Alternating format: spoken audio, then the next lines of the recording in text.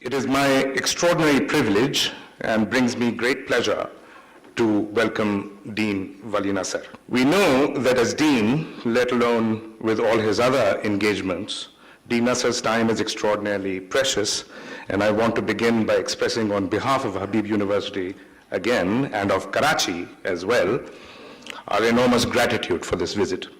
Thank you. We at Habib are touched by his generous regard so early on in our career.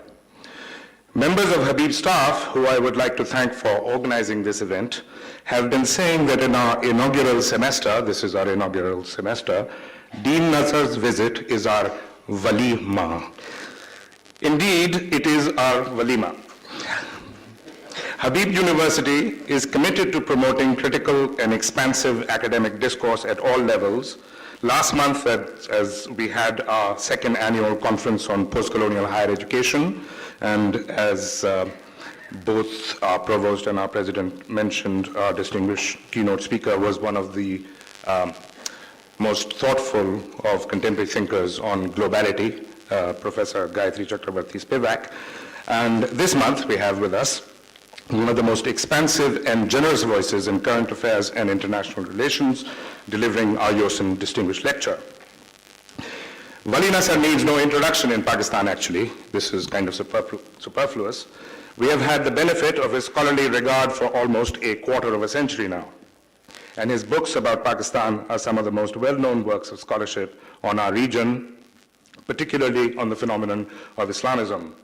The Vanguard of the Islamic Revolution, the Jamaat-e-Islami of Pakistan, and Maududi and the Making of Islamic Revivalism, published in the 1990s, remain the standard references on the subject.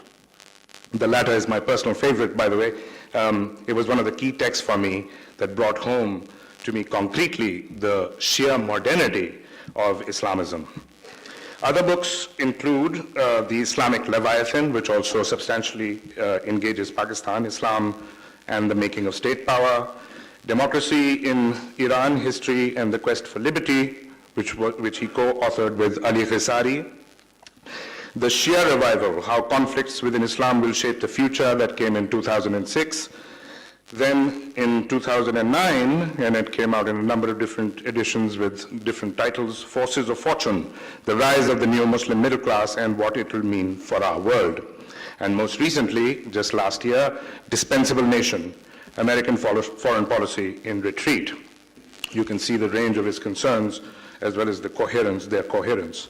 Currently, Vali Nasr is Dean of the Paul H. Nitzer School of Advanced International Studies at Johns Hopkins University.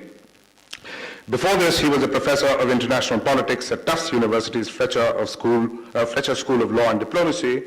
From 2009 to 2011, he was special advisor to the President's Special Representative for Afghanistan and Pakistan, somebody we're all familiar with, Richard Haass.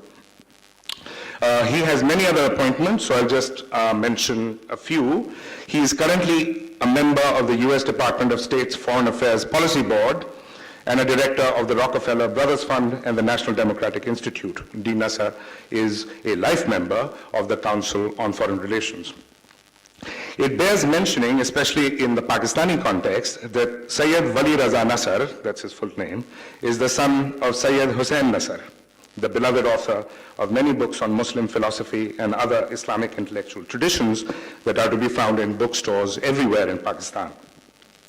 Entirely by coincidence, actually, one of those bizarre synchronicities that make you wonder about what's at work in our lives, in our liberal core, just next week, we are reading 4 chapters from one of his father's books on Islamic spirituality, development in the contemporary Islamic world, Islamic education, philosophy, and science. And the book therefrom is Islam in the Modern World, Challenged by the West, Threatened by Fundamentalism, Keeping Faith with Tradition. I read out the chapter titles as well as the full title of the book to indicate the singularity and magnanimity of the vision that Sayyid Hussain Nasr has brought to the task of intellectual inheritance today, and that has informed actually some of our discourse here in Pakistan. Inheritance is always a task of translation. It's amazing the amount of resonance between what we've been saying here. Inheritance is always a task of translation, And so even though Dean Nasr works in fields very different from his philosopher father, he has brought to his work the same breadth and distinctiveness of outlook, the same magnanimity of spirit that beneath the surface of current events is indeed our common task of inheritance, and one that is so important to us at Habib in our pursuit, as Wasif also said, of Yosin, our pursuit, and this is another translation of Yosin, of thoughtful self-cultivation. Without further ado, I now ask Dean Syed Vali Nasr to speak to us about the growing role of sectarianism in Muslim politics globally and in Pakistan. Please welcome him.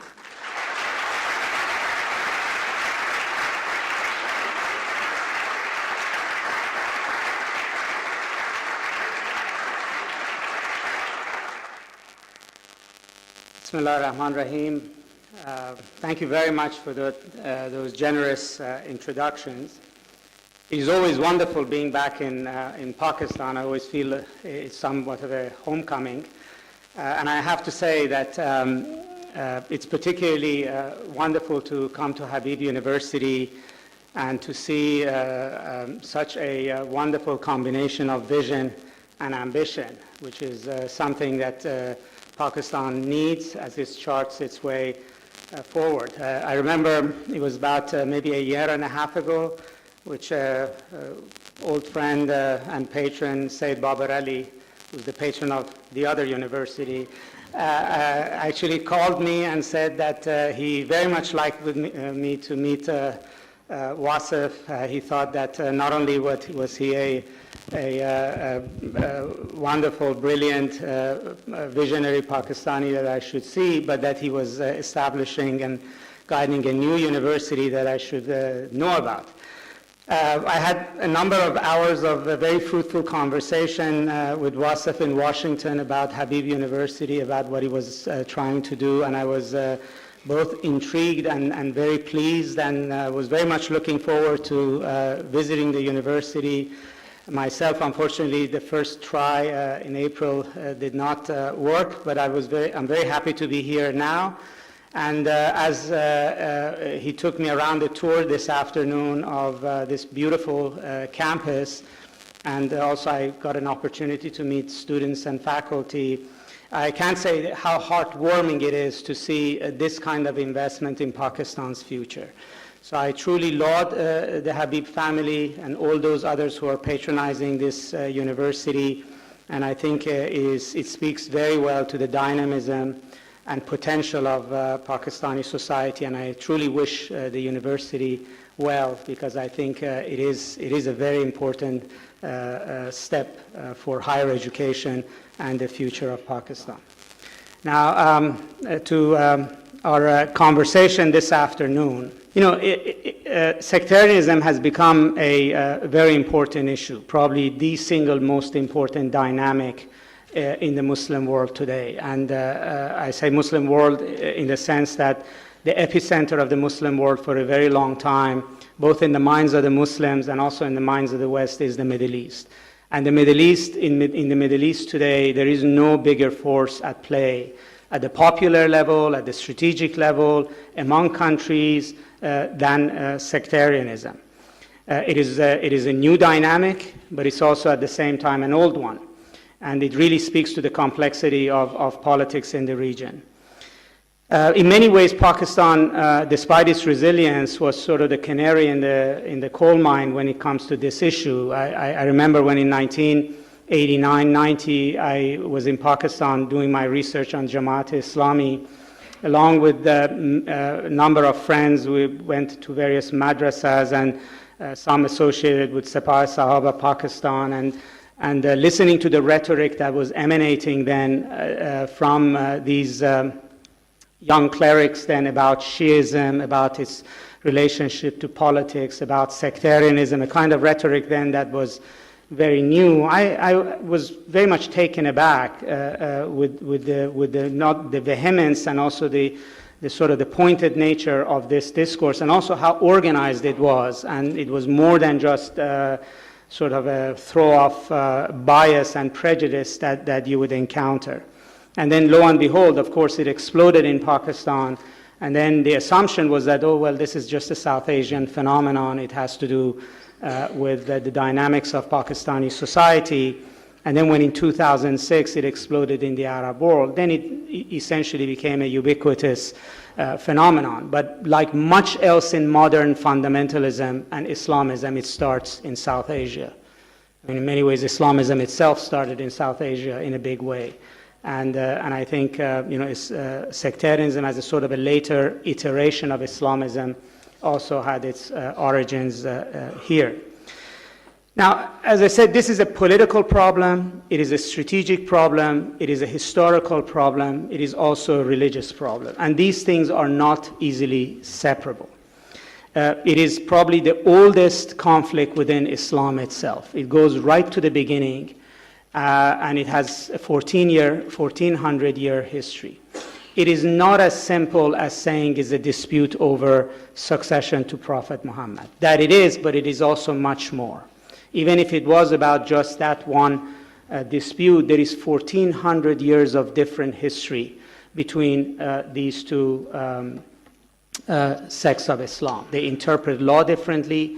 They interpret history differently, they interpret theology differently, they have different philosophy, and they have a different historical experience within countries and as a whole. I'm reminded when I wrote my book, I was on a conference like this with a Iraqi Shia cleric, and somebody from the audience stood up and said, there has never been sectarianism in Islam. This is all the makings of CIA, and we all follow the same Quran. And I remember my Shia clerical friends, he said, yes, we do, but we don't agree on the meaning of a single page of it. You just read the tafsirs between the Shias and Sunnis. There's a very broad disagreement or variation in that. And that's something that Islamic history has celebrated for a very long time, diversity of opinion and interpretation. Even within Sunnism itself, that is manifested in the different schools of law, in traditions of Sufism and the like. But we're in a period of history where actually diversity does not have much currency in religion, and it's all about a uniform view. Now, Islam itself, from the very beginning, and the Shia-Sunni dispute, mixed religion with politics itself. I mean, the intermingling of religion and politics goes back to the very early Medinan state that Prophet Muhammad established, and ultimately the caliphate was about political leadership and religious leadership of the community, its political affairs and its religious affairs. And the dispute between the Shias and Sunnis was over who has the right to provide that leadership. And therefore, these two things are not separate. And ultimately, Islamic order became vested in Islamic law anchored in the Sharia to be governing society and politics and ordering its business. Now, that always opens the question to, that's very well, but whose Islamic law are we talking about, and whose Sharia are we talking about? Now, so in some ways, it's not easy to say that the Shia-Sunni issue is about religion. Yes, it is. But religion is also religion in Islam is not only a matter of private faith and private salvation, but at some level it has a social political dimension, and at that point it becomes about politics. Now, why this matters now? Why has it become a modern issue? I think largely has to do with the explosion of Islamic fundamentalism or Islamism, which reared its head in the 1930s in both India and Egypt, and then it became very prominent in the Muslim world from the mid-1960s onwards. Largely because Islamism is about the Islamic State. It's about the ideal of a perfect society built on Islamic law and an interpretation of the Sharia. That immediately opens the door to who has a right to interpret the Islamic State and whose Sharia are we speaking about. I mean, if you looked at, for instance, some signature events, for instance, when upwards of 1 million, maybe 2 million Shias in Pakistan converged on Islamabad in 1979 to protest against imposition of zakat, religious tax. The argument of the state of Pakistan was, now that it is Islamic, Every citizen should give it zakat. But the Shia said they don't recognize a Sunni state as an Islamic state. And they don't recognize its interpretation of Islamic law as applying to them. They were successful to get an exemption, but it really went to the heart of who defines what is an Islamic state and what is a Sharia. And that questioning came from a sectarian angle. Or you could say essentially that the Iranian Revolution itself raised the issue as to who defines what is an Islamic state. The leader of the Iranian Revolution, Ayatollah Khomeini, fashioned himself as an Islamic leader, right? But in virtually every Sunni context, the answer was, you're an exemplary revolutionary leader, we wish to emulate you, we wish you well, but we will not follow you because you're a Shia. And ultimately, you cannot speak for all Muslims, and the definition of the Islamic State and the definition of the Sharia that you have in mind is not applicable to us. So there is no way in which Islamism in modern times could become prominent without triggering sectarianism. This is a sort of an idealistic notion that you could have this sort of a happy Islamism, that we're all Muslims, we always were Muslims, and not actually trigger as to what is the content here. Once you get into the content, then the divisions come to the fore. So Islamism is responsible for bringing sectarianism to the fore. Not immediately, but ultimately, because Islamism ultimately made Islam relevant to public debate, public policy, government politics today, and that made it a critical issue. The second problem in modern time period is that Sunni Islamism, by definition, within it has an urge to purification. It's part of its DNA. If you go back to its original propagators, read Maulana Maududi, it's all about narrowing the definition of who's a Muslim and what is Islam, right? Although he did not have a violent agenda, he believed that you define what is Islam and what is not Islam, and those who are outside of Islam can be persuaded to come in and join. But the very notion of Jamaat basically was a very narrow interpretation of what is proper practice of Islam and what is a proper Islamic community. That DNA within Islamism, and it's also present in the Muslim Brotherhood and the like, has been working its way through the Islamic political discourse from the 1930s to ISIS and the Salafis today. And it's beginning to hone and become more and more prominent. Islamism, with each iteration, is becoming less tolerant, more exclusive, and its definition of what is proper Islam and what is a proper Islamic community is becoming increasingly narrow. And in that context, Islamism would have triggered sectarianism. And then it would have triggered other conflicts with Brehlevis, with among the various Sunni religious sects.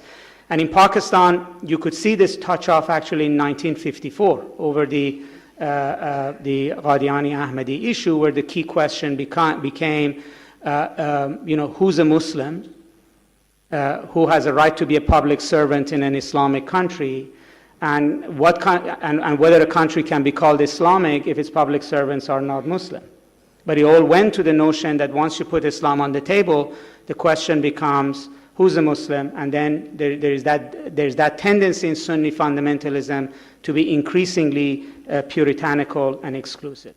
And you could say the influence of Gulf money and Saudi Arabia and Wahhabism has only intensified this, because that's by definition is a puritanical interpretation of Islam that has a very black and white view of what is Islam and what is not Islam. Now, that's one side of the issue, which is the reality is that the dynamic in the Muslim world has been pushing us towards a grand debate about the place of Islam in society and then the sects within it. And then there is another side of this issue, which is you would have said that at some point it would have exploded, and that's the game of numbers. And the fact of for how long would the Shiites have accepted a subservient role in societies in which they lived. So, we don't have really good numbers about Shias and Sunnis. because to be honest with you, nobody's interested in good numbers on this issue. It's politically too sensitive. So, we work off of guesstimates. I mean, you could look at Pakistan, and people will go anywhere from 15% to 25% of the population being Shiite. The same is true of Lebanon, of Bahrain, of Saudi Arabia, of any country in the region.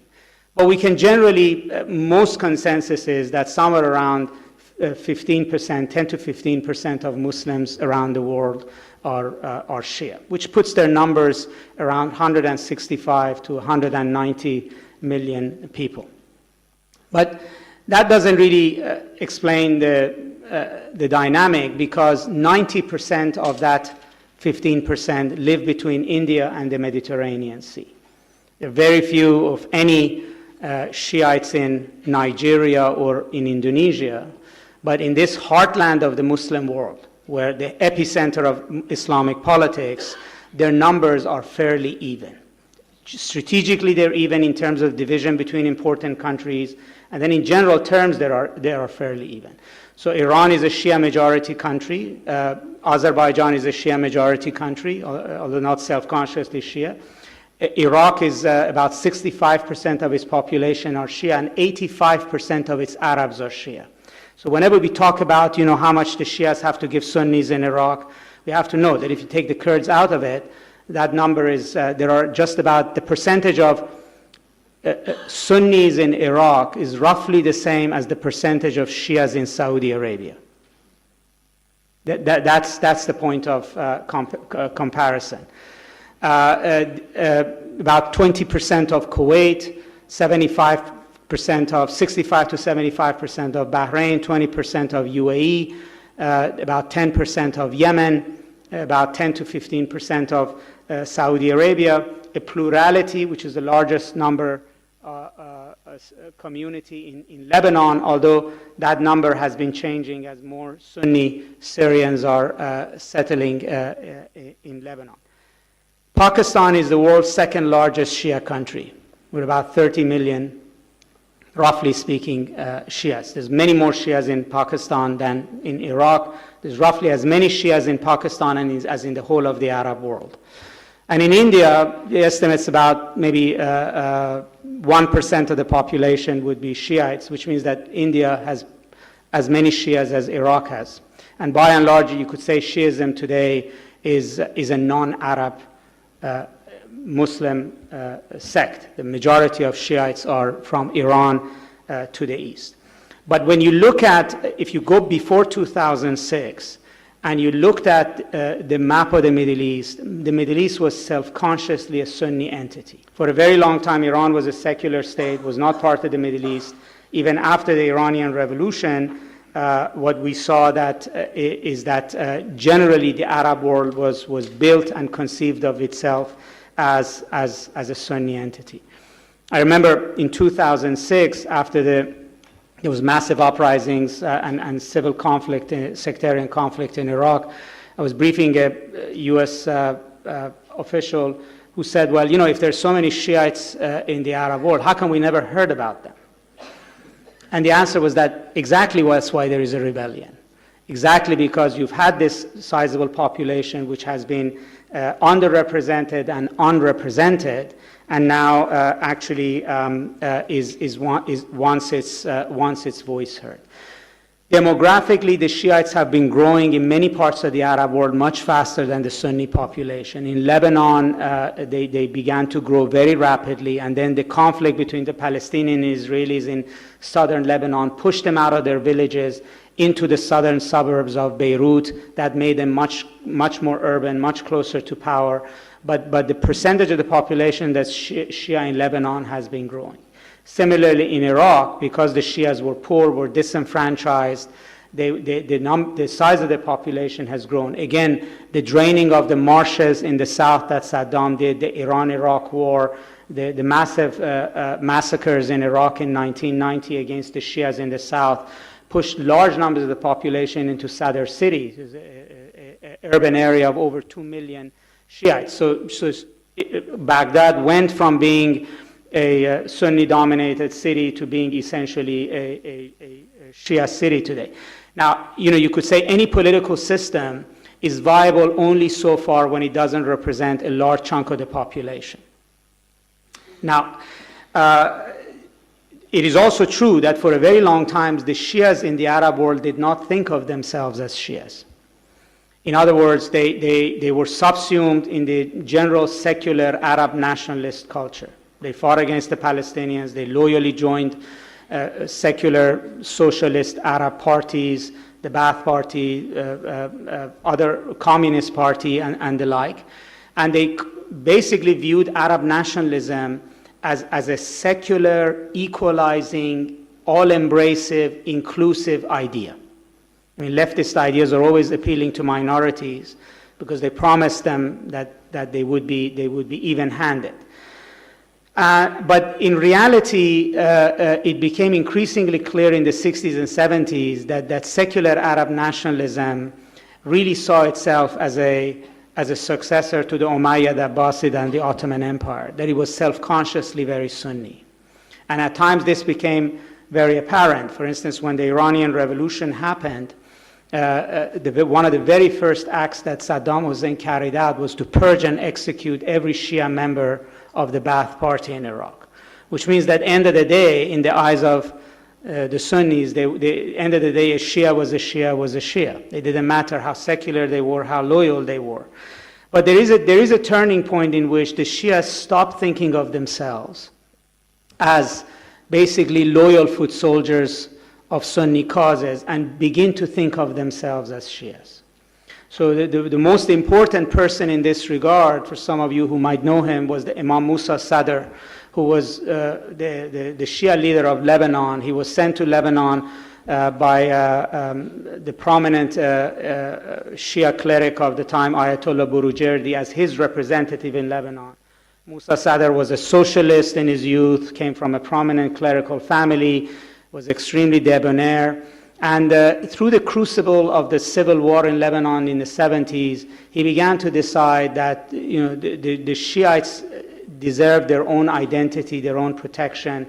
And particularly when Palestinians began to abuse the Shias by taking over their villages and using them as launching pads against Israel, bully their kids, levy taxes against them, he began to organize the Shias into their own militia, if you would, which later on came to be known as the Amal movement.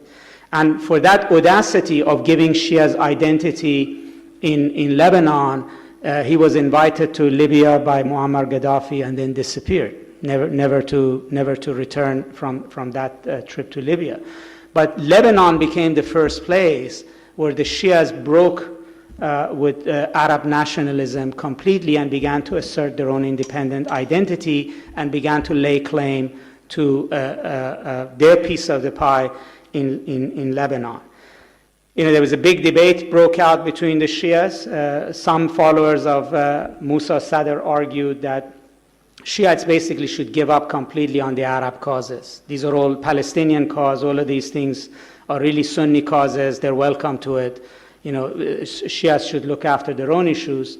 And then Ayatollah Khomeini in Iran argued that it was much better for the Shias to actually own all the Arab causes. The message should be that the Shiites are much better at being Arab than Sunnis are.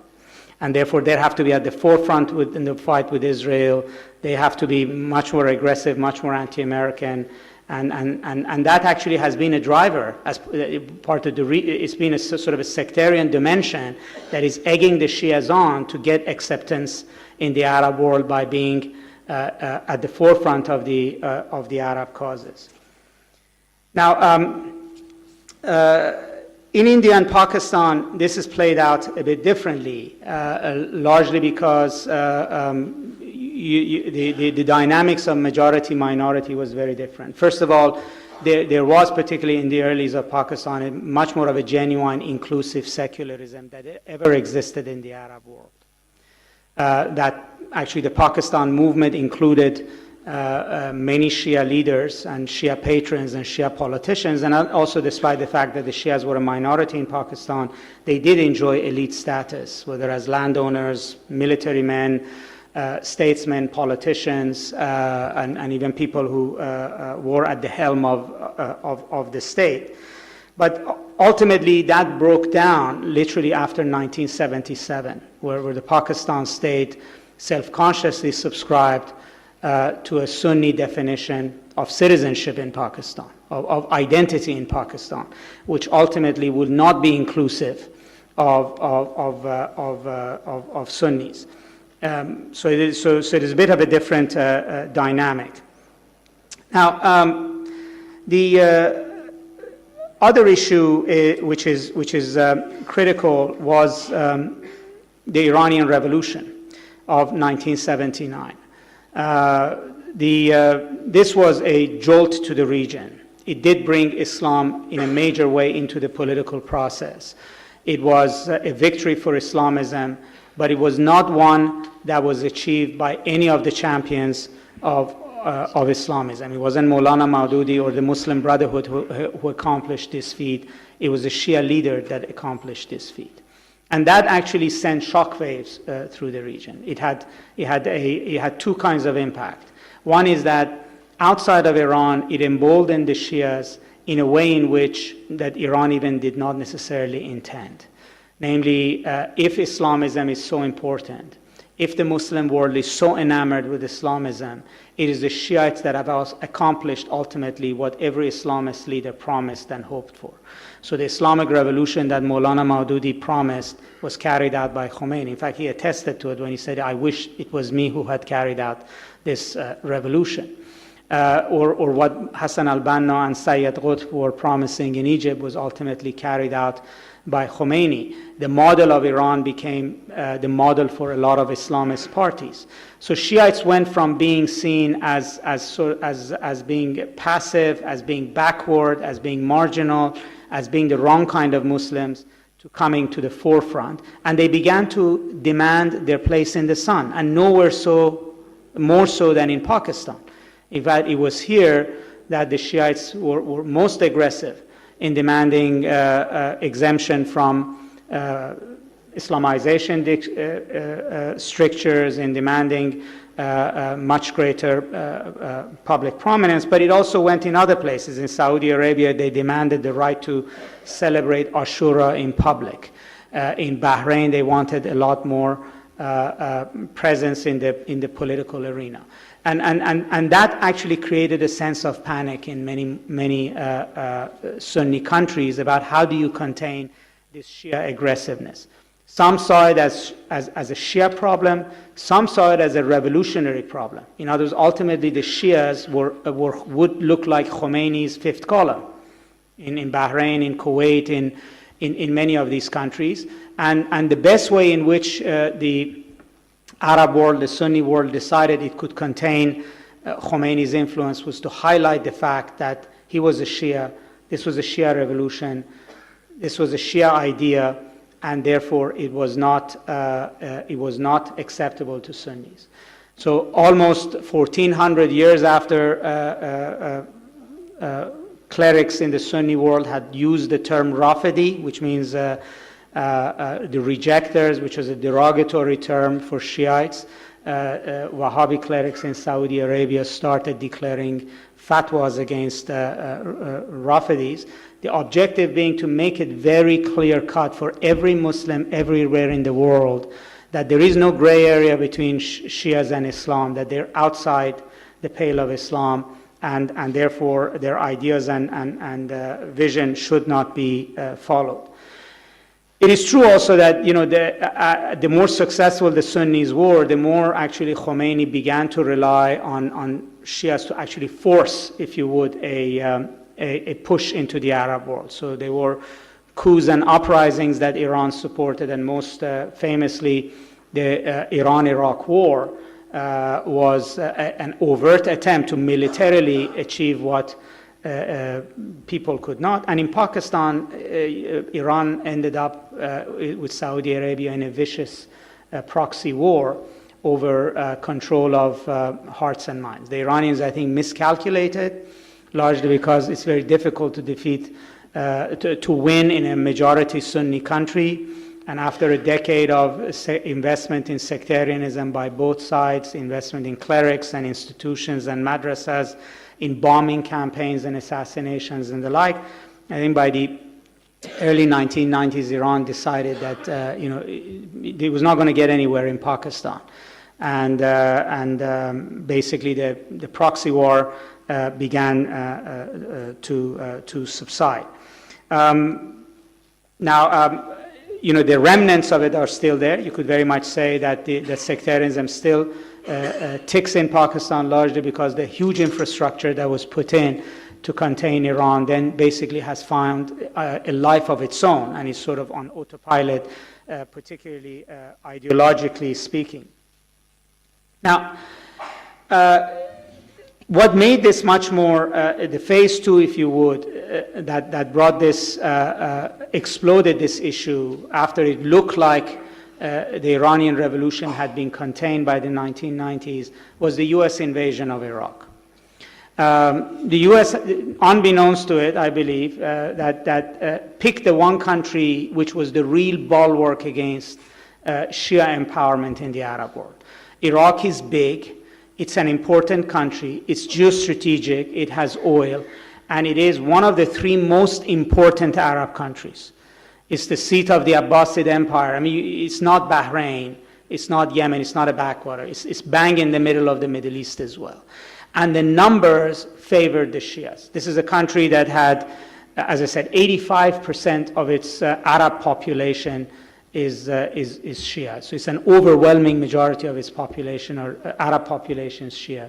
Even you factor in the Kurds, still 65% of its population are Shia. They were loyal parts of the state, but that had basically broken down. After the U.S. pushed Iraq out of Kuwait, there had been an uprising by Shiites in southern Iraq. And estimates are that Saddam massacred 300,000 Shias over a course of 3-4 months. And then, basically completely destroyed the marshes, emptied the marshes in the south where a lot of the Shias lived. And that led to a massive exodus of Shiites into Baghdad. And actually, there was, in the mind of some policymakers who advocated the 2003 war against Saddam, a guilty feeling for not having helped the Shiites in 1991, that was a mistake, that they allowed that butchery to take place. But by the time the U.S. went in, the Shiites had by and large been disenfranchised from the Saddam regime.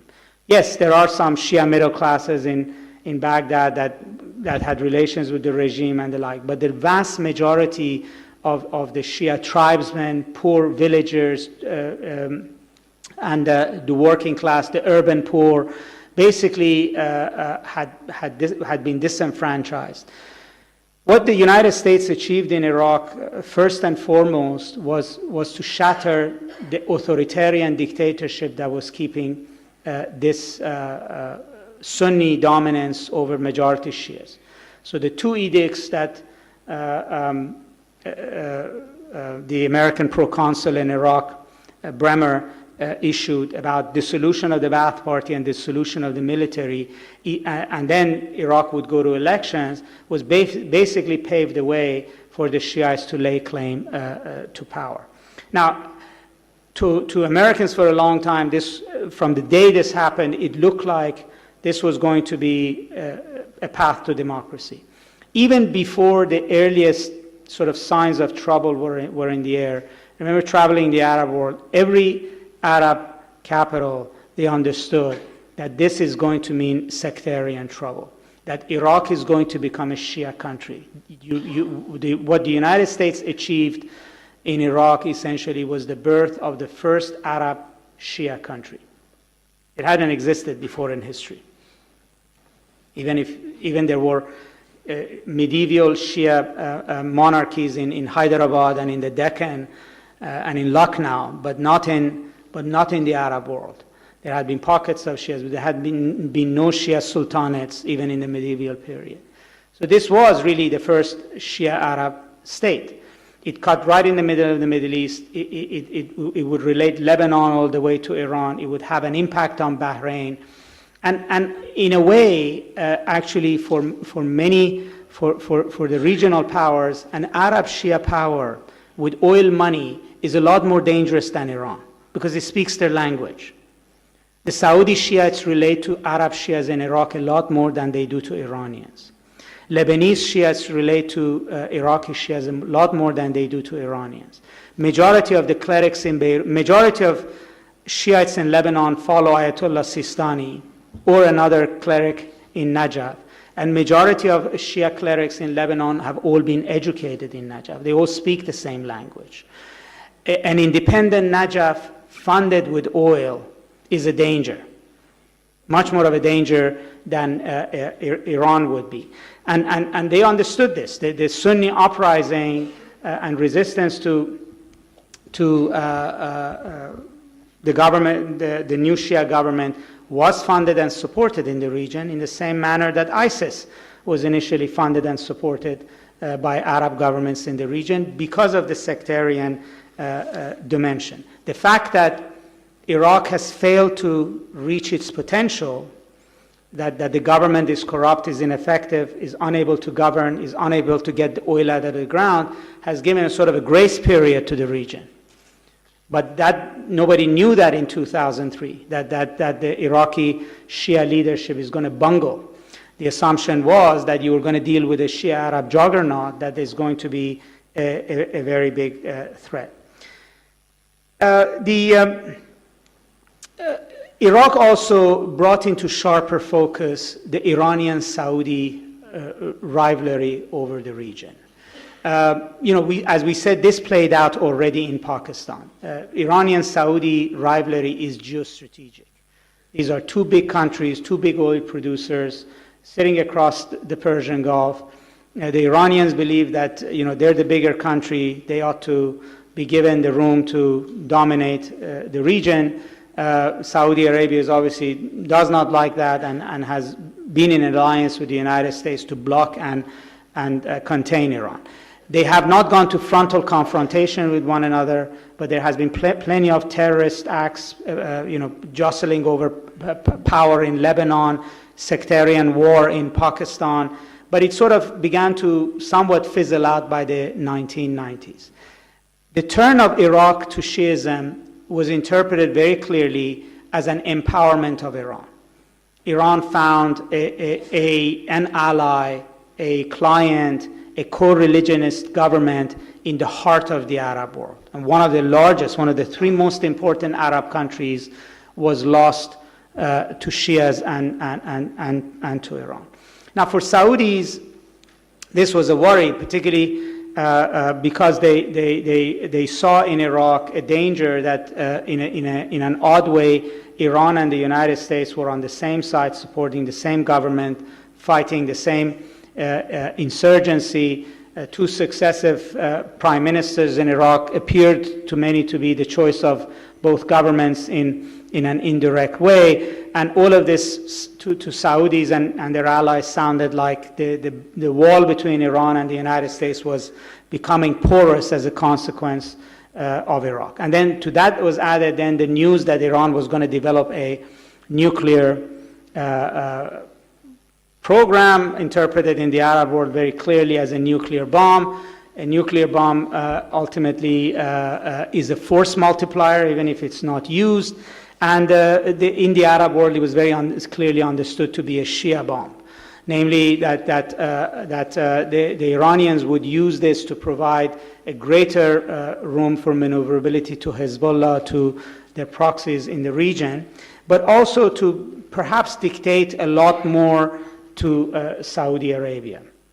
The Saudis have been in a competition with Iran over not just the Gulf, but over leadership in the Islamic world. Iran's claim to leadership was the revolution, was that it had really brought to fruition the promise of Islamism, that it is the most aggressive force against Israel, that its proxy Hezbollah is the only Arab force to ever have won a victory against Israel. These are the things that Iran uses in order to lionize itself, and that's what made Iran's previous president extremely popular outside Iran, although he was to the same measure unpopular within Iran. But this idea that Iran was at the forefront of popular Islamic causes, starting with Israel. Saudi Arabia's claim to Islamic leadership came from its vast financial ability to patronize governments and movements, but also from its control over the two holy cities of Mecca and Medina. The Saudis worried that the aura of Iran scoring a victory in Iraq, the aura of power would tilt the balance of power across the Muslim world in the direction of Iran.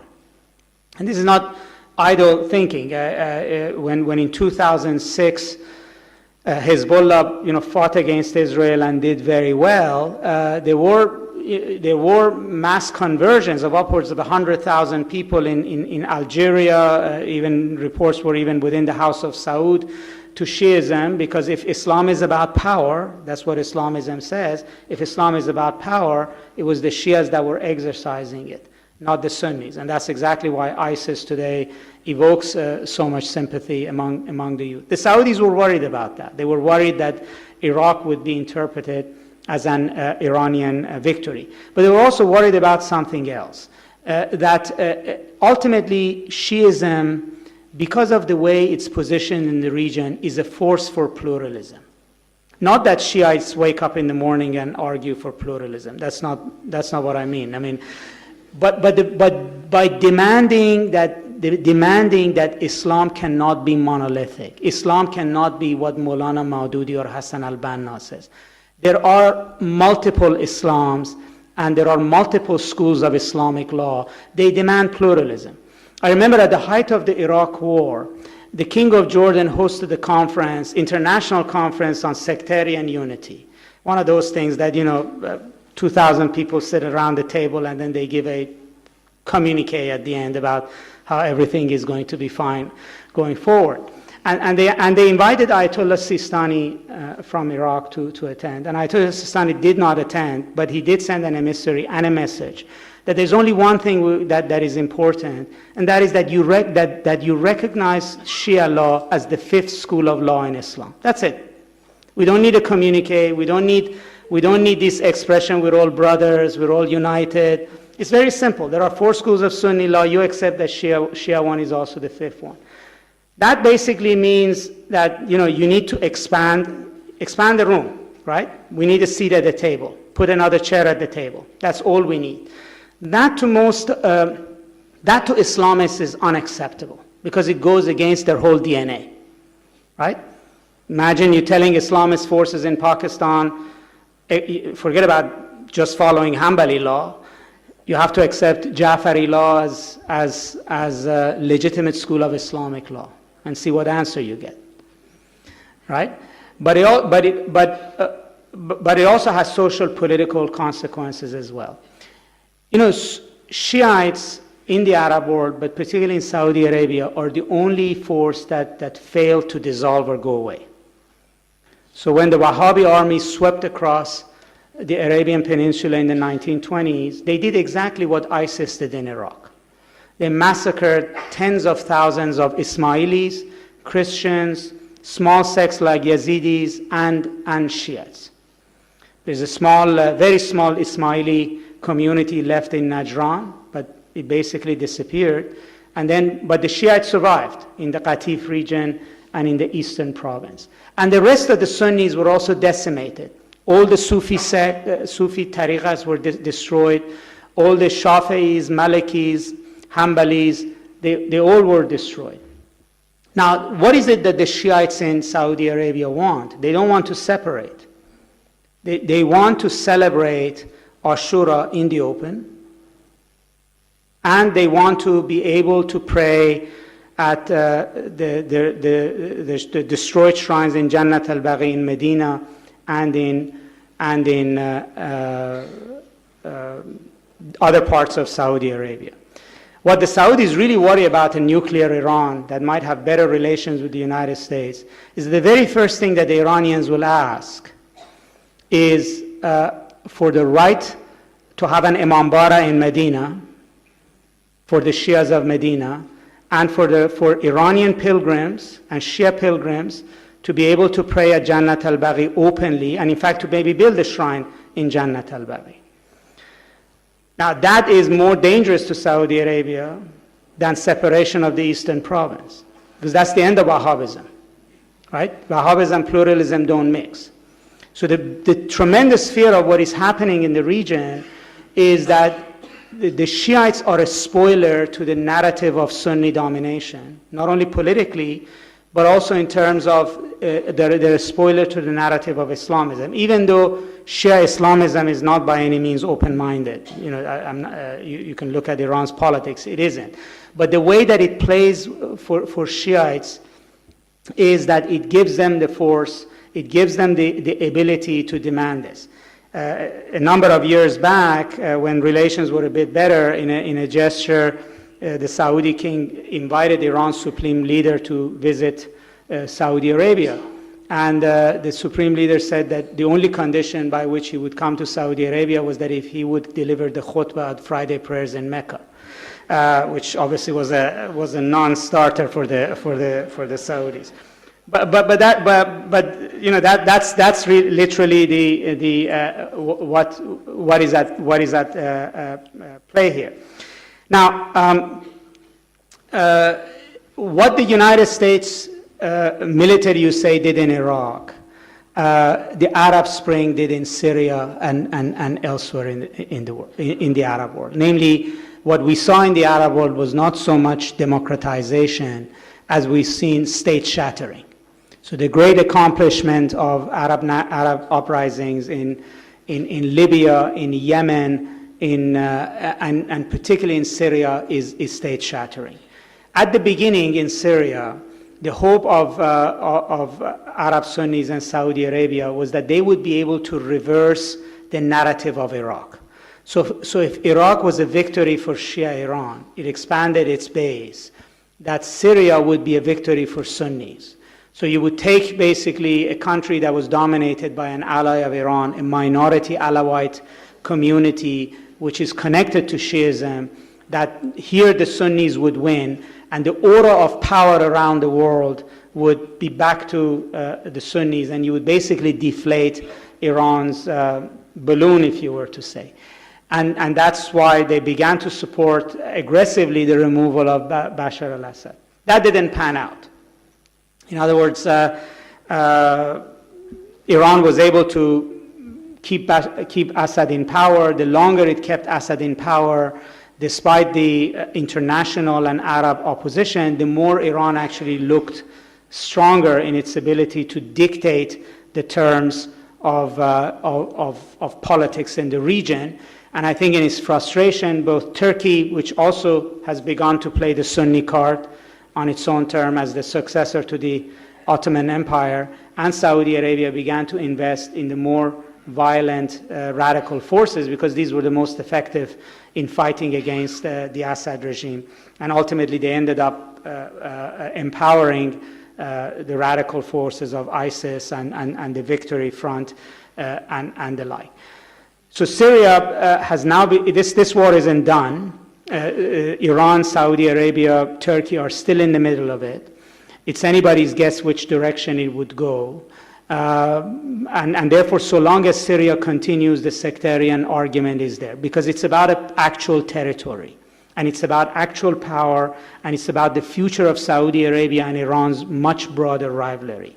This is not about just disagreement of two clerics about few lines in the law. This is about geostrategy. This is much, much bigger than that. So what's happening sort of going forward to watch for, and has been important. One is that in the past 5-6 years, there has been a palpable sense in the region that the U.S. has sort of washed its hands of the region. Now, whether this is true or not, my belief is that, you know, there was such a orientation, but clearly in the region it was understood that the decision to withdraw from Iraq completely and not engaged in Syria meant that the U.S. really did not want to spend as much on the region and had other priorities around the world. That actually has intensified the Iranian-Saudi rivalry, for the reason that the U.S. was a very big stabilizing force in this region. If it's not going to play that role, if it's not going to be there, there is a vacuum to be filled. And both the Iranians and the Saudis and their allies on both sides are basically looking at a sort of a post-American scenario in Iraq and Syria and are looking at who's going to come up at the top. And the Middle East, unfortunately, has no mechanisms of conflict resolution within these countries. It's a sort of a war to the knife between the Saudis and the Iranians right now. And I think they each think that want to own, if you would, what would come next, and that's intensifying the process.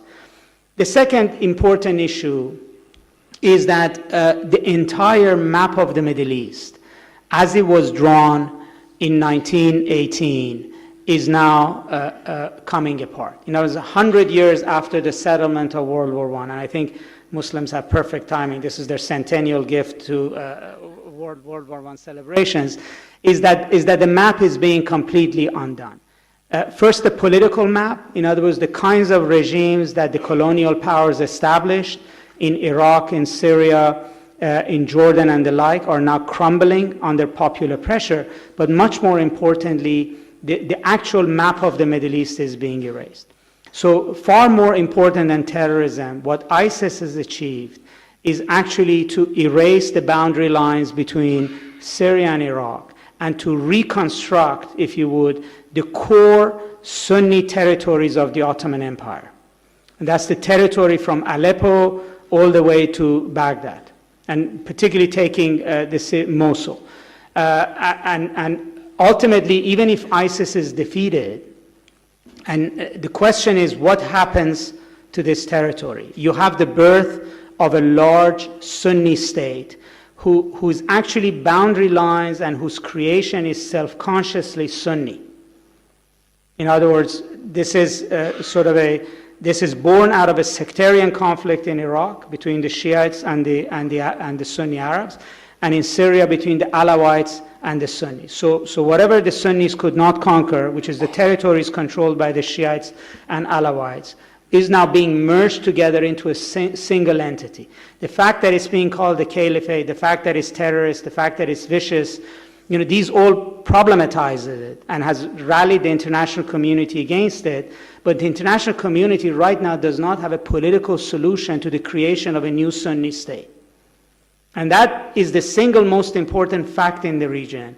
And if this territory remains, it will basically entrench sectarianism for a while longer, because it will fight on its borders with Shia territories, with Iran, and then it will also claim the rest of the Sunni territories around it. So, you know, at this point in time, sectarianism has sort of gone beyond the theological argument. It's really about the balance of power and distribution of power in the Middle East between Iran and Saudi Arabia, between this new Sunni entity and the Shia forces and Shia arraignment against it. You know, often when talk about sectarianism, the question is, what do we do? The problem is that there is no simple solution to this, largely because Shia and Sunni identities are fairly entrenched in the Middle East. Doesn't mean that people are intolerant and they don't want to live with one another, but they do have a conception of who they are and who the other person is. Secondly, for the first time, actually sectarianism has spilled into the society. It's true that many countries have resilient structure, but it's denial to say that this has not really seeped into the soil, that there is not a conception of it. When in 2003, 2004, I would go to the Middle East, people would say, you wrote this book, it's all not true. There was no such thing when the Americans weren't here. I remember I used to say to them, okay, so let's talk about, how life was under Saddam, and then they would say, well, all the bank loans used to go to Sunnis, Shiites didn't get any bank loans. The only good Shia was a self-denying Ba'athist Shia. You couldn't be both Shia and accepted, which meant it was all there. Now that you go, there is no argument that this is American-made. There is unabashed hatred on both sides.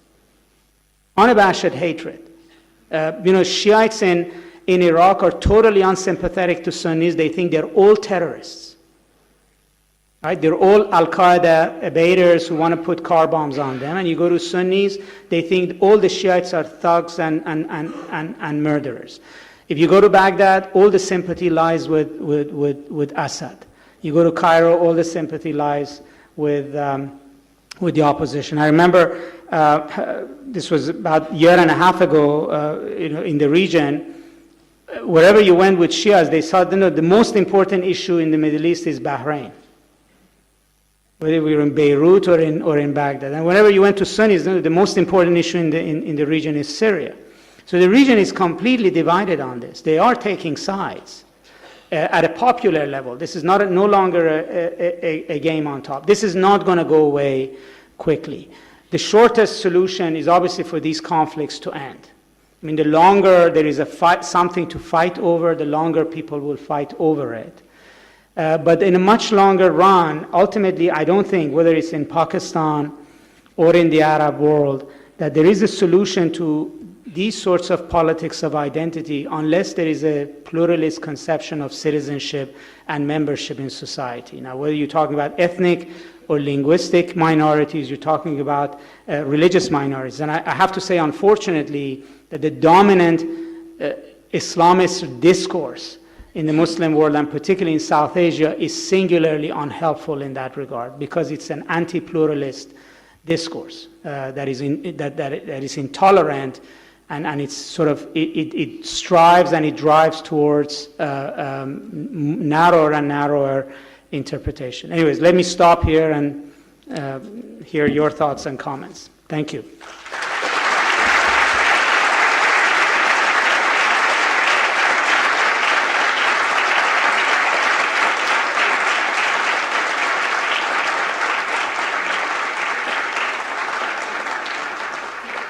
Thank you, Dean Nasr, for that very, very stimulating and comprehensive exposition on the issue. One of the questions I had even when I was reading the Shia Revival, and it still resonates again in your talk today for me, is the question of how specifically modern these phenomena are. Because on the one hand, you do talk about the fact that they have their roots back in an earlier time, even in the earliest time of Islam. But on the other hand, these are phenomena, right, at the level of populations, right? So at the level of the state, at the level of the caliphate, it might be one thing, but at the level of civil populations, the kind of phenomena that we are witnessing today, is this not unprecedented, and why would that be the case? It's a good point. I mean, first of all, I think many in the West and also in the Muslim world get too distracted by the Islam side of the conversation, because it's an easy explanation. In the West, it's very easy to say, well, it's all religious and it's in the religion. And also for Muslims, it's also very easy to sort of say this is a religious issue and try to deal with it that way. But, first of all, just remember, modernity is not liberal or tolerant by definition. There are many aspects of modernity that is quite actually intolerant, authoritarian. Most massacres in history have happened under the guise of modernity. And in fact, some of the worst butcheries, sectarian butcheries, happen by secular Arab governments. So I think that's important to keep in mind, that modernization itself has not been a help. The problem at some level is that Islamism itself, Islamic fundamentalism itself, came to the fore as an answer, as a modern answer to a modern problem. Whether it's in the Arab world or in South Asia, whether it's Maududi or Hassan al-Banna, these people were never interested in going back to the, back to the beginning. They were interested in idealizing that, but they were trying to come up with a modern alternative to secular modernism. And in that sense, they adopted the same problems of nationalism and the like that we see. So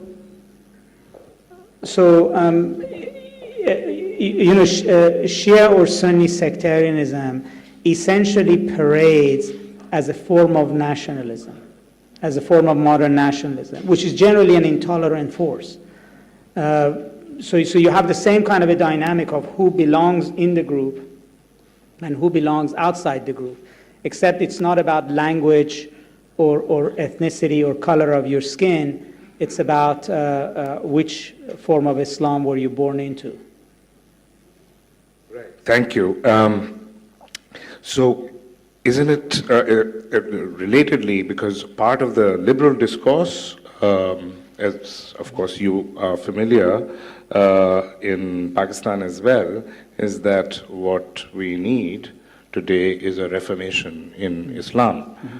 But the implications of what you're saying are that, in fact, this is the reformation happening in Islam as we speak. That's a very interesting notion. First of all, people forget that Reformation was not a happy event. For those of you who are familiar with history, Calvin's Geneva was something like Taliban's Kabul without the guns. Reformation was extremely puritanical, was extremely intolerant. Its unintended consequence was modernity, not its intended consequence. So how did it achieve that? Was by basically arguing no clerics, everybody can read their own Bible, and to read their own Bible, everybody has to be able to read. And that sort of a freedom gradually generated capitalism and modernity. So if you were to look for who are the anti-clerical forces in the Muslim world, it would be Maududi, it would be al-Banna, it would be Osama bin Laden, it would be al-Baghdadi, and you could say maybe a generation from now they will shatter the boundaries of faith. But what is, I think, where European history stops being useful is that actually I think modernity and reformation in the Muslim world is far more intolerant than tradition was. So if you go back to sort of 18th century India, you go back to the time where values came from the Chishtis and the Naqshbandis and the like, you had a far more tolerant and pluralistic environment than you have today. So you either have to sort of believe that we have to go through a really dark tunnel and then there's a lot of light on the other side, or you really have to think this dark tunnel will not end and it was the wrong tunnel to go into. Just because it worked for Europe, it may not work for us. But right now, I think, when people who say Reformation, they say they want to leapfrog from religion to complete liberal secularism. And I don't see the historical process in a straightforward way. Right, thank you. This is not unrelated to another point, very interesting point that you were making in your talk, that the Shias in fact discovered that secular Arab nationalism was not in fact unmarked. Secular Arab nationalism was Sunni. And it's also true over here in Pakistan. You see that even though people talk about the fact that what's going on is a sectarian conflict, despite the fact that it's quite one-sided, you see that it doesn't really matter, and this is also true of nationalism to some extent, it doesn't really matter whether you are secular or not. That right underneath that, because of the kind of nationalism that you're talking about, that the prejudices are actually fully religious, just underneath that. That's also a very interesting aspect because in terms of the memory of statehood, you were pointing out that when they thought about statehood, it was the Umayyad, the Abbasid, the Ottoman states that they hearkened back to. Right. Well, that's very true, because each community basically has its own conception of what history was and what was the ideal time in history. What were the important cities of history for them? What was the important elements of it? But in the sense of the intolerance and the mutually exclusive, this part of the world went through at one point a communal cataclysm. right? That pulverized communities that had supposedly lived together for a very long time. And it didn't matter whether you practiced your faith or you didn't. The boundary lines often was decided for you, and you either were a Muslim or you're a Hindu or you're a Sikh. And something like that is happening, for instance, today in Iraq. And that's what I'm saying, that it's no longer at the top, it's sort of seeped at the bottom. So you either belong to this community or you don't. You either embrace it or you don't. And I think, the Shiites have tasted enough power in most of these societies not to want to take a subservient position.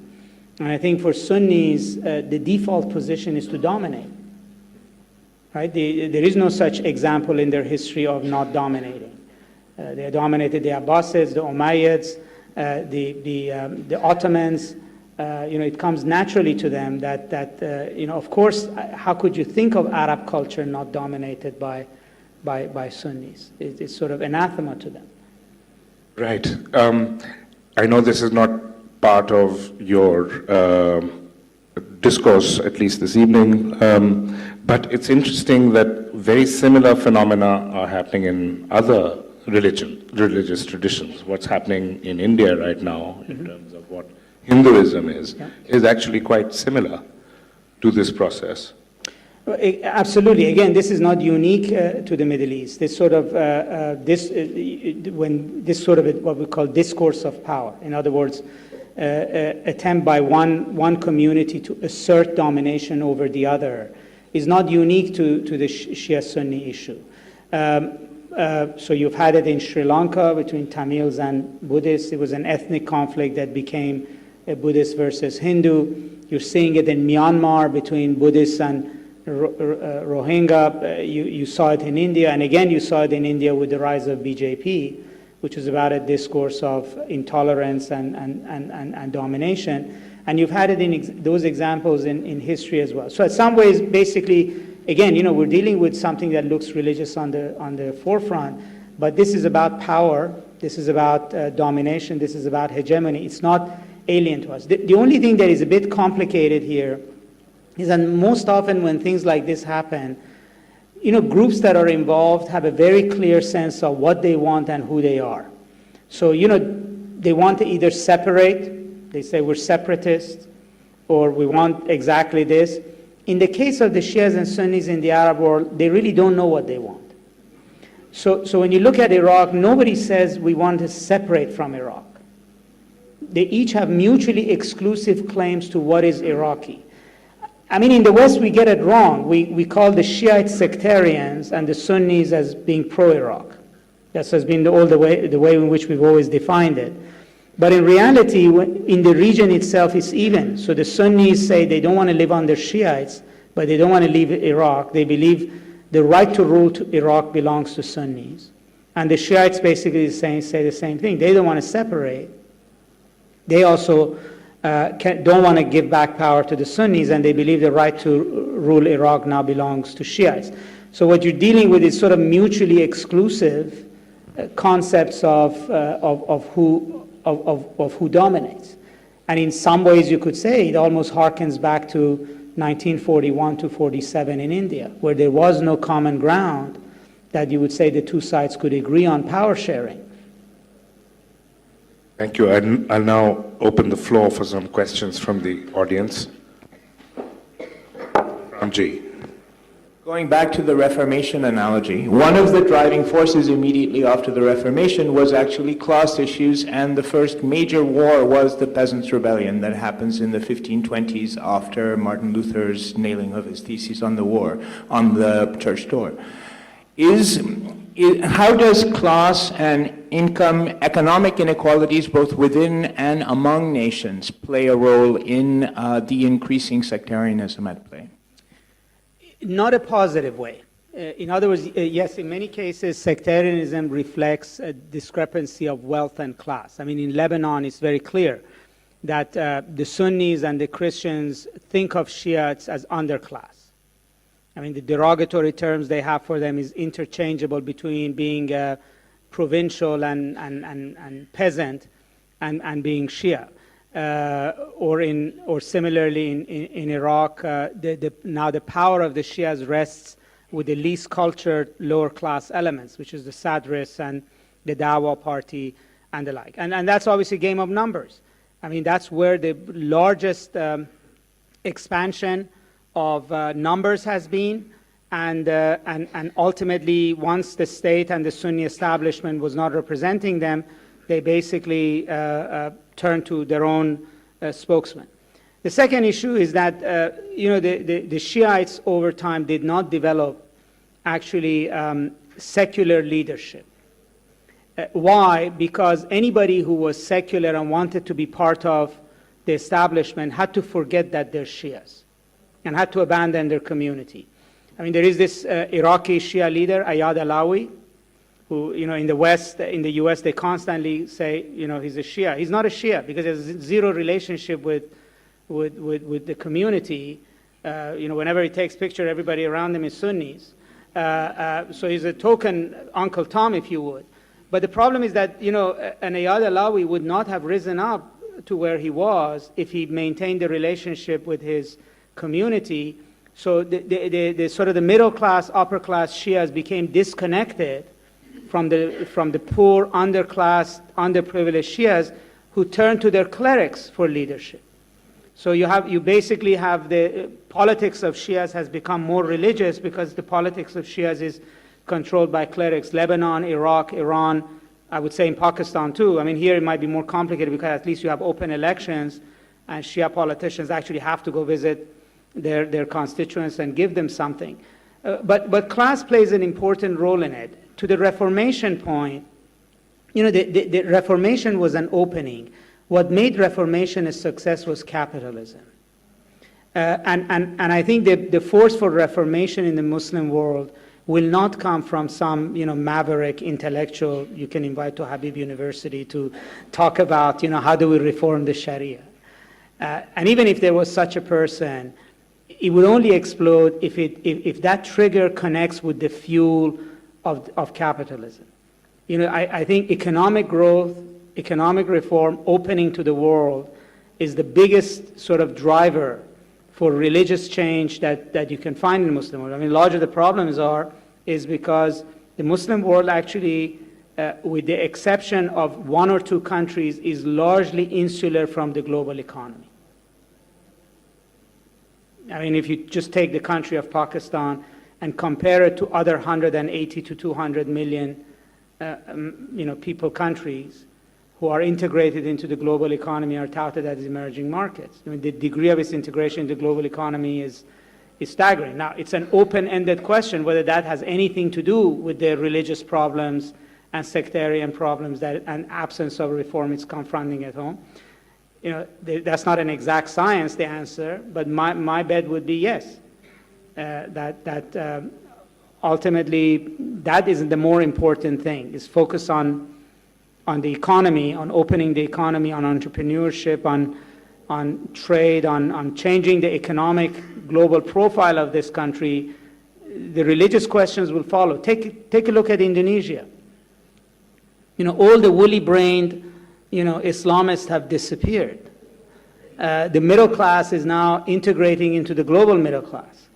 And you clearly see economic drivers for moderate religious voices. Right. You please. Yes. I wanted to come back to this class issue for South Punjab. Do you think... Sorry, I'm Anita Zaidi. I'm from the Bill and Melinda Gates Foundation. So in South Punjab, where there is the Punjabi Talibanization, how much do you think is a class issue playing into the politics over there and this phenomenon that we're seeing? I'm sure many more people here know a lot more about South Punjab than I would, but sort of at a much higher level, I think class issues do play a role, but they're not the whole explanation. Institutions do matter. Anytime you invest massively in institutions, they take off, they work. This is the argument Wasif was making about investing in Habib University, which I second. I mean, you invest in a project, you invest in building it, you invest in scholarship, it works. I mean, there was a cleric that I used to go see about Jamaat-e-Islami in 1989. He was had a small house. It was very open. He was a jovial fellow. So periodically when I came back to Pakistan, I went and saw him. He had a lot to say. Every time I went, first he had a mosque they built, then next time he had a dormitory, then he had scholarship, and his beard got bigger, his girth got bigger, and he became more fanatical, and gradually I had nothing to say to him. I was gradually beginning to be afraid for my safety seeing him, given who was hanging around there. But to me, it was a very clear case that, he was building an institution, and there is institutional investment, and institutional investment does pay off, and it does create momentum going forward. And the third is that, you see, the Taliban model has worked, and there's no better advertisement than success. So if these guys are fighting successfully in Afghanistan, if they're holding down the Pakistan military in Waziristan, if they can lord over parts of Karachi with impunity, if they can build a successful international financial network and wage a massive political campaign and a military campaign, it's an attractive model that does bring other people into it. And I don't think here, and this is the same question in Iraq with ISIS, is as how do you undo this narrative of success? Actually, I'd like to take a question from the back. There was Yes, somebody who was identified. Thank you, Professor Nasr. It was a very illuminating talk. You mentioned that historically speaking, Shiites never had any sultanate or caliphate. Where would you place Fatimids of Egypt, for example? Well, Fatimids are sort of on the borderline, because the Fatimids were actually they were not the mainline Shias which are at issue today. So they were an Ismaili dynasty, which did have a big impact on Egypt, but so to most of the sort of mainstream Shias, it doesn't count as a Shia dynasty. It's an offshoot of Shiism in the same way as you would say the Druze, or today the Alawites might be viewed in Iran or Lebanon. If you thought of Shiism very expansively as anything that came out of the House of Ali, then yes, they would be included in it. But in the current conversation, the focus is really on the Isna Asharis, on the 12ers. Sorry, I am going to point out who gets the next question. That's the lady over there. Aisha, her name is, sitting next to, yes. That's a dean's prerogative.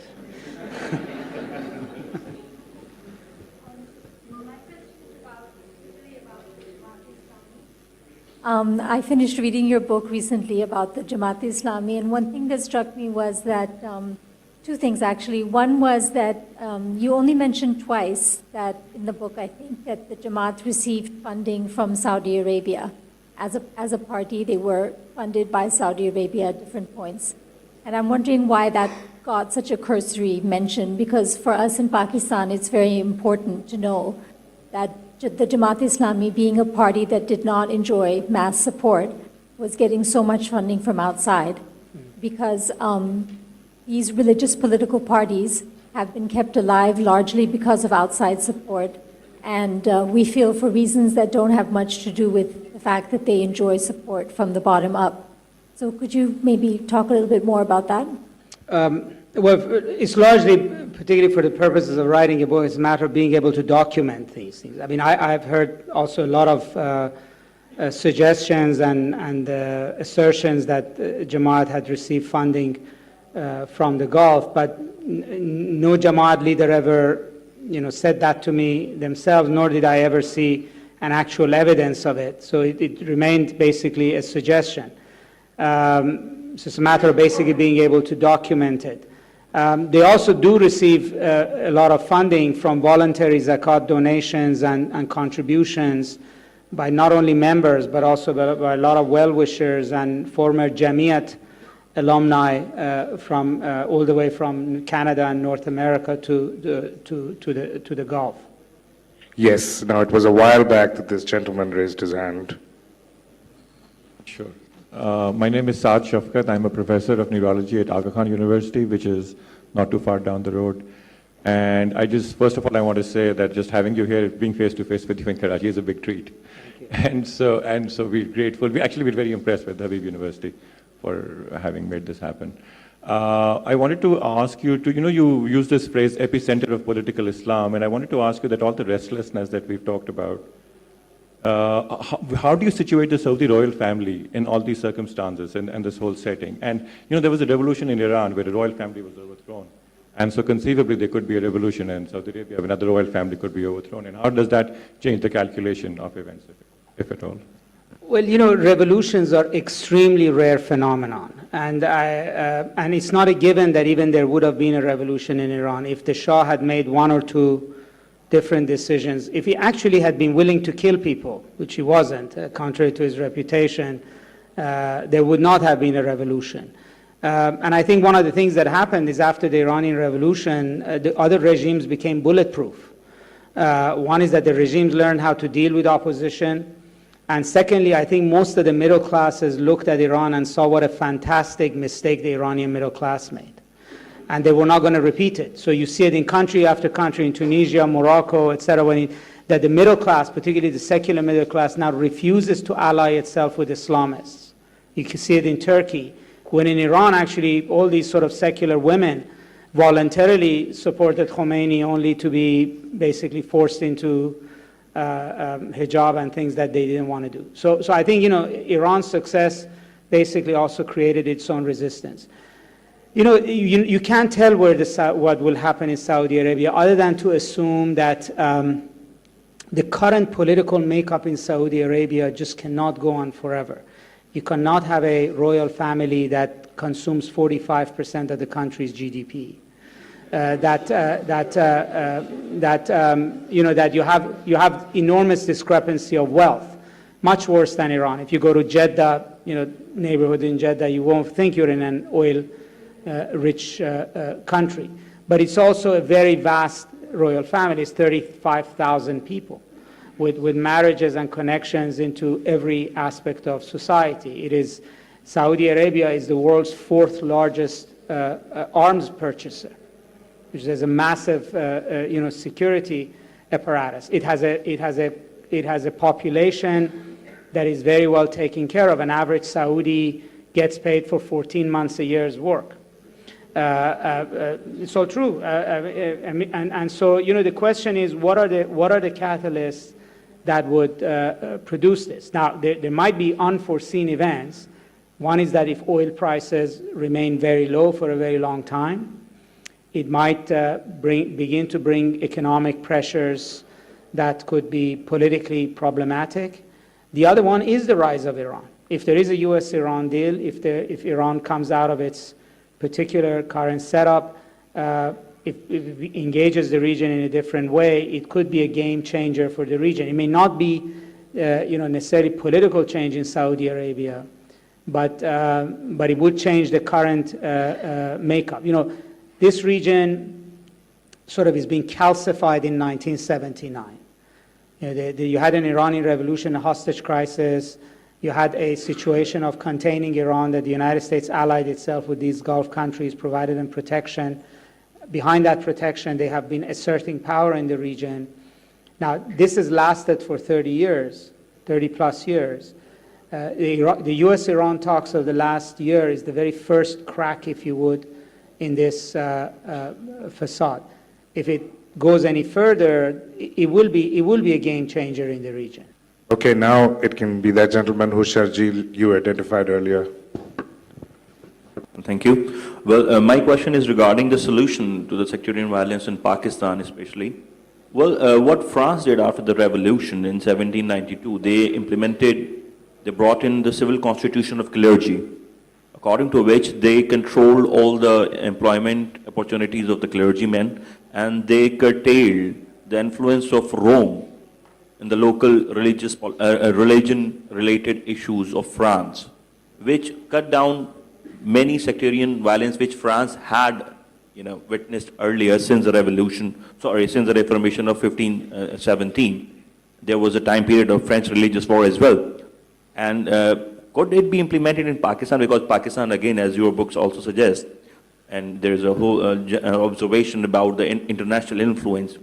Sorry, I'm can just- you make your question brief, please? Well, look, if there is a national will to deal with the problem, there's always a way. There is what I, again, humbly, many times coming to Pakistan here, is a lot of complaint, but no will to actually do something about it.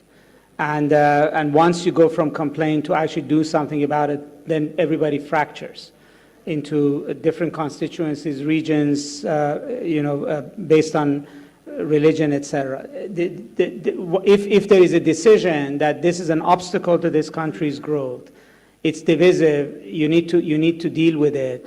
Every country who has made that determination at some point has paid the cost and has taken care of the problem. The particular tactic really doesn't matter. It's that fundamental argument to say this is a problem we're going to deal with. It's kind of like dealing with drugs, it's dealing with with violence, it's dealing with any problem. It's like dealing with electricity. You have to make a decision, you're going to fix it. When you make that decision, there's always a way.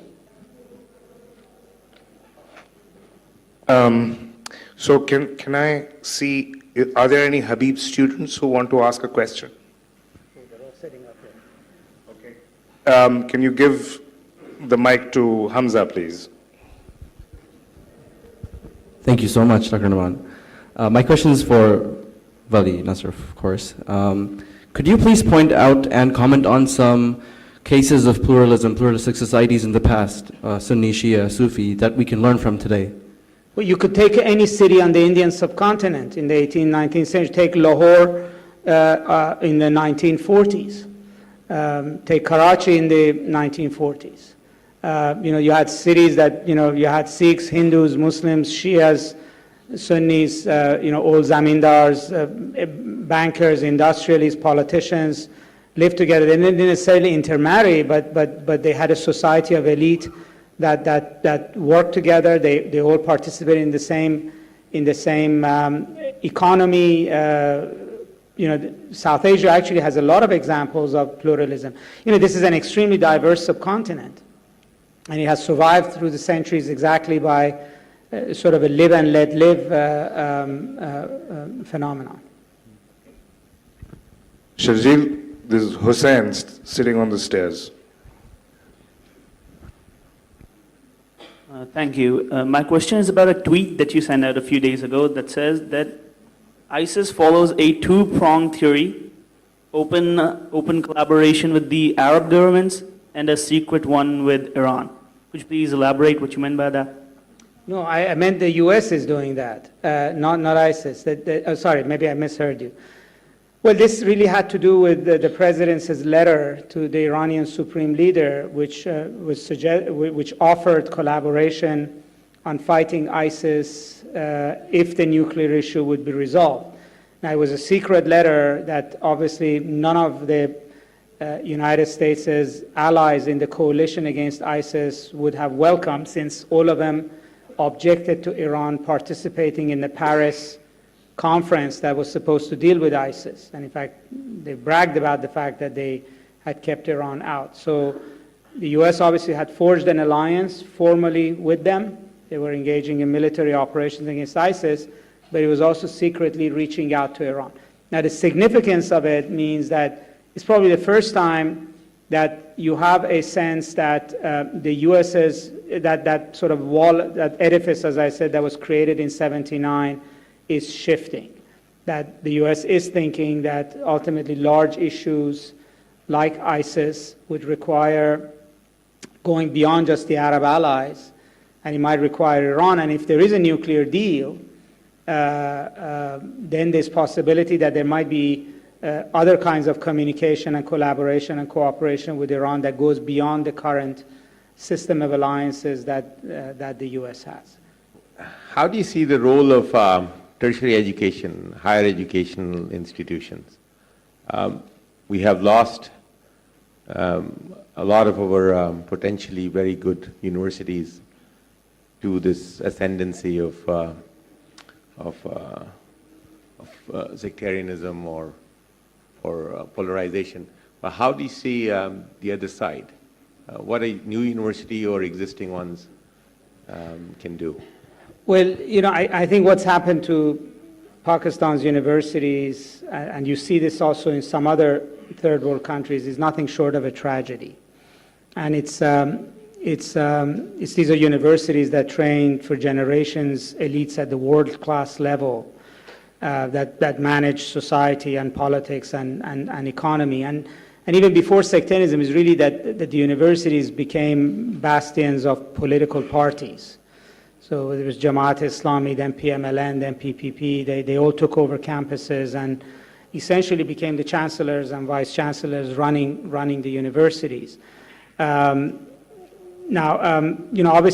it's very difficult for a country to be able to produce excellent public servants and leaders if it doesn't have good education, and it's very expensive to educate them abroad. So you need to revive there is need for secondary education. I think actually, like many things we witness in other countries as well, it's good for the private sector to take the lead. The governments either cannot do it, they make a hash of it, they're too bureaucratic. Private sector is much better placed to build institutions, whether they're enterprises or universities. We're seeing this in Turkey, we're seeing it in the United States, and actually it's very good for Pakistan to basically do this. And I think it has another example too, because it actually empowers the private sector.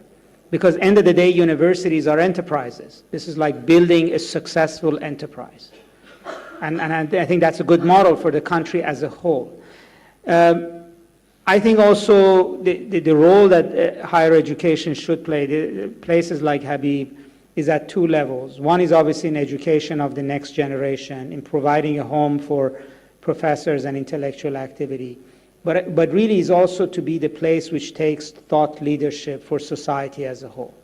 And when you look at the United States, in every field, whether it's in sciences or social sciences or humanities, ideas are created in universities. Ideas are propagated in universities. That's the free space in which real debate takes place. And then, it's disseminated across society. Even in the history of pre-partition India, that was true of Aligarh University. It was true of Jamia Millia. It was true of University of Punjab at the time, that these were places where intellectuals gathered and you had that intellectual output.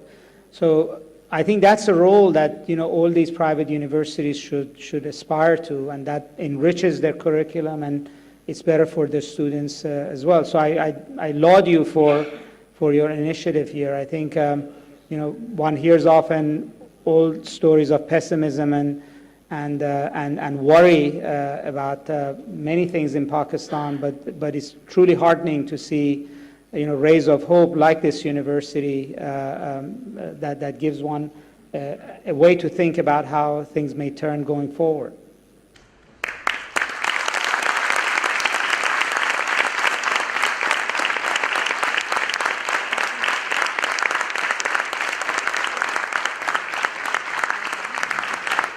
Well, they've already thanked you, and thank you so much for your wonderful talk and conversation. Thank you, and thank you for inviting me. It's truly wonderful being here. Thank you.